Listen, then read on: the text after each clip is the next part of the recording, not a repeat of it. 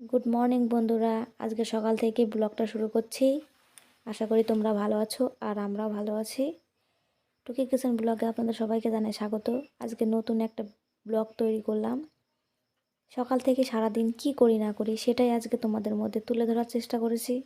দেখো, সকালবেলা উঠে আমি ফ্রেশ হয়ে গেছি। তো তার ভেতরে আমি বিছানা আগে গুছিয়ে নিচ্ছি। বিছানাটাকে পরিষ্কার করে নেব, ওর জন্য বিছানাটাকে তুলে নিচ্ছি।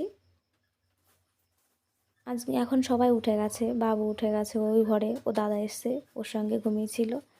আর ওর বাবা উঠে গেছে, উঠে একটু বাজারের দিকে গেছে বাজার করতে। আর আমি এই সুযোগে সব কাজগুলো সেরে নিচ্ছি, বিছানা পরিষ্কার করে নিচ্ছি সকাল সকাল।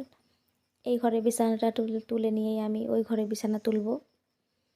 ওই ঘরে বিছানাটা তুলে এসছি, এখন এই ঘরে বিছানাটা তুলে নেব। এই ঘরে বাবু আর আমার দিদির ছেলে এসছে রাজ, ও ঘুমিয়েছিল, তাই এই বিছানাটা আমি গুছিয়ে নিচ্ছি।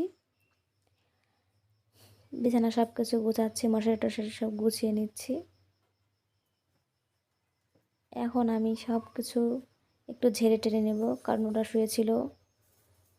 সকালবেলা উঠেই তো কাজ, আগে ঘর পরিষ্কার করা, বিছানা তোলা, ওর জন্য আগে আমি এগুলো করে নিই।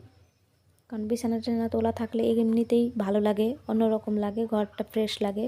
ওই জন্য ঘরটা আগেই গোছানোর চেষ্টা করি।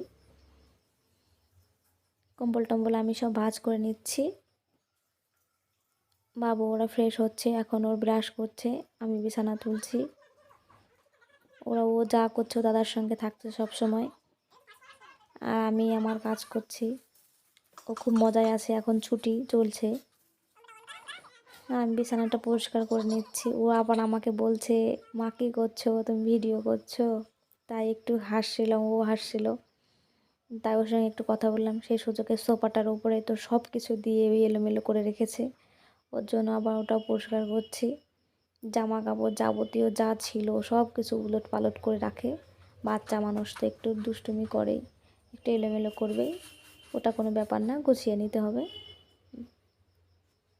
দুই ভাই খুব মজা করে খেলা করছে আর সব এলোমেলোও করে ফেলে, তাও আমি গুছিয়ে দিচ্ছি। করে করুক, বাচ্চা মানুষ, কিছু বলার নেই। বিছানাটা তো পরিষ্কার আগেই করে ফেললাম দু ঘরেরই। এবার সোফাটাও পরিষ্কার করে ভালো করে পেতে দিচ্ছি কভারগুলো। কিছুই রাখতে চাই না, খেলা করার ইসে আবার আমি গুছিয়ে দিতে হয়, গুছিয়ে নিচ্ছি সোফাটা। এবার এই ঘরটা পরিষ্কার হয়ে গেল। পরিষ্কার হওয়ার পরে আমি ঘরটা ক্লিন করে নেব। ক্লিন করা হয়ে গেছে, আমি চলে এসেছি রান্নাঘরে। ও বাবা আবার অফিস যাবে, ওর জন্য রান্নাটাও সেরে নিতে হবে টাইম মতো। তারপর আমি বোতের শাক ছিল, আর সেই শাকগুলো আমি কেটে নিচ্ছি। আজকে মেনুতে ছিল বেতো শাক ভাজা আর গুঁড়ো মাছ দিয়ে চচ্চড়ি। আমি চচ্চড়িটা করার জন্য আগে সব কিছু কুটে বেছে রেখে দিয়েছি ধুয়ে। তারপরে কড়াইতে আমি তেল দিয়ে দিলাম। এখন আমি চচ্চড়িটা করে নেব। তরকারিটা করার আগে মাছগুলো আমি ভেজে নিচ্ছি, নুন হলুদ লাগিয়ে নিয়েছি। নুন হলুদ মিশিয়ে এখন আমি মাছগুলো কড়াইতে দিয়ে দিলাম, ভেজে নেবো এখন মাছগুলো।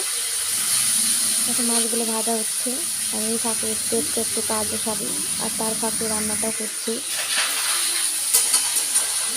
দু সাইডটা ভাজা হয়ে গেছে, মাছগুলো উল্টে দিচ্ছি, উল্টো পাল্টে ভালো করে ভেজে নিচ্ছি।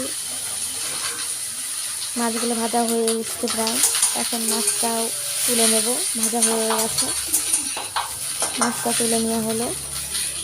এখন মাছটা তোলার পরে আর একটু তেল দিয়ে দেবো। তেল দেওয়ার পরে ফোড়নও দিয়ে দেবো কালো জিরে। এরকম হচ্ছে কালো জিরে ফোড়ন দেওয়ার পরে ছিল পেঁয়াজ কুচি আর কাঁচা লঙ্কা চেরা, সেটাও তেলের উপরে দিয়ে দিলাম। এখন এটা একটু ভাজা ভাজা করে নেব। পেঁয়াজটা একটু ভাজা ভাজা লাল লাল হয়ে গেলে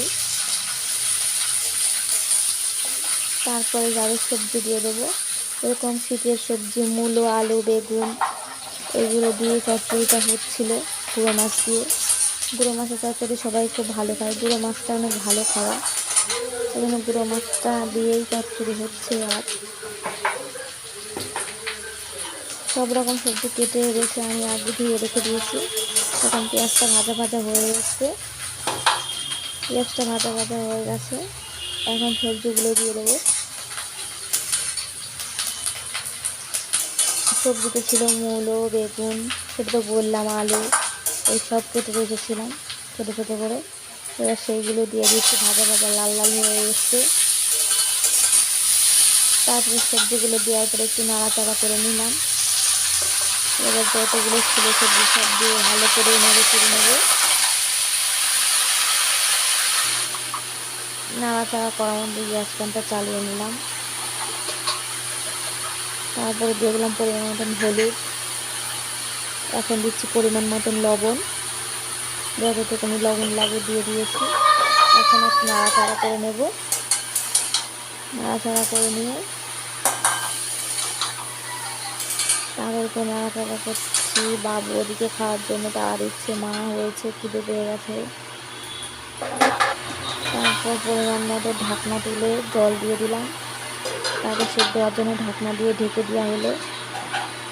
ঢেকে দিয়ে এখন অনেকক্ষণ পরে ফুটে গেছে, তো সেদ্ধ হয়ে গেছে সবজিটা। এখন ঢাকনাটা তুলে নিয়েছি, নাড়াচাড়া করে নিচ্ছি।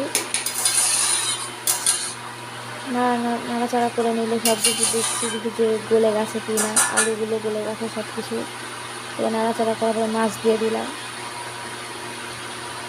অনেকগুলো মাছ ছিল, এখানে অর্ধেকের বেশি মাছ দিয়ে দিয়েছি, আর অল্প মাছ রেখে দিয়েছিল, ওটা পরে রান্না করা যাবে। এখানে মাছটা দিয়ে ভালো করে নাড়াচাড়া করে নিচ্ছি। নাড়াচাড়া করে নিয়ে হয়ে এসে এবার ধনে পাতা আমি কুচি করে রেখে দিয়েছিলাম, সেটা ধুয়ে ভালো করে রেখে দিয়ে সেটা দিয়ে দিলাম আবার সবজির মধ্যে।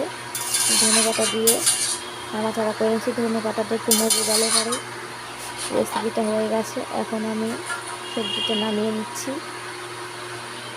দেখুন কি দারুণ এসে চচ্চড়িটা, আপনারা ট্রাই করবেন, অসাধারণ লাগে খেতে গুঁড়ো মাছের চচ্চড়ি।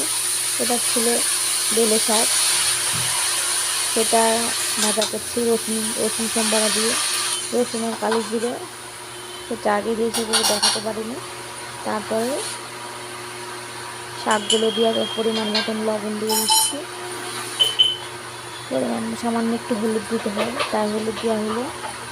এখন নেড়ে চেড়ে নেব। ভালো করে নাড়াচাড়া করার পরে শাকগুলো এখন ঢেকে দেবো। কিছু সময় পরে ঢাকনাটা তুলে নেওয়া হলো, সেদ্ধ হয়ে এসছে।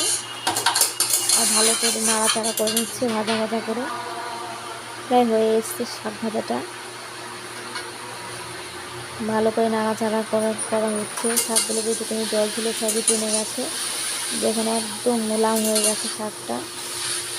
একটু নাড়াচাড়া করেই শাকটাও নামিয়ে নেব। হয়ে গেছে শাকটা, এখন নামিয়ে নিচ্ছি। আপনারা পুরো ব্লগটাই দেখবেন, আশা করি ভালো লাগবে।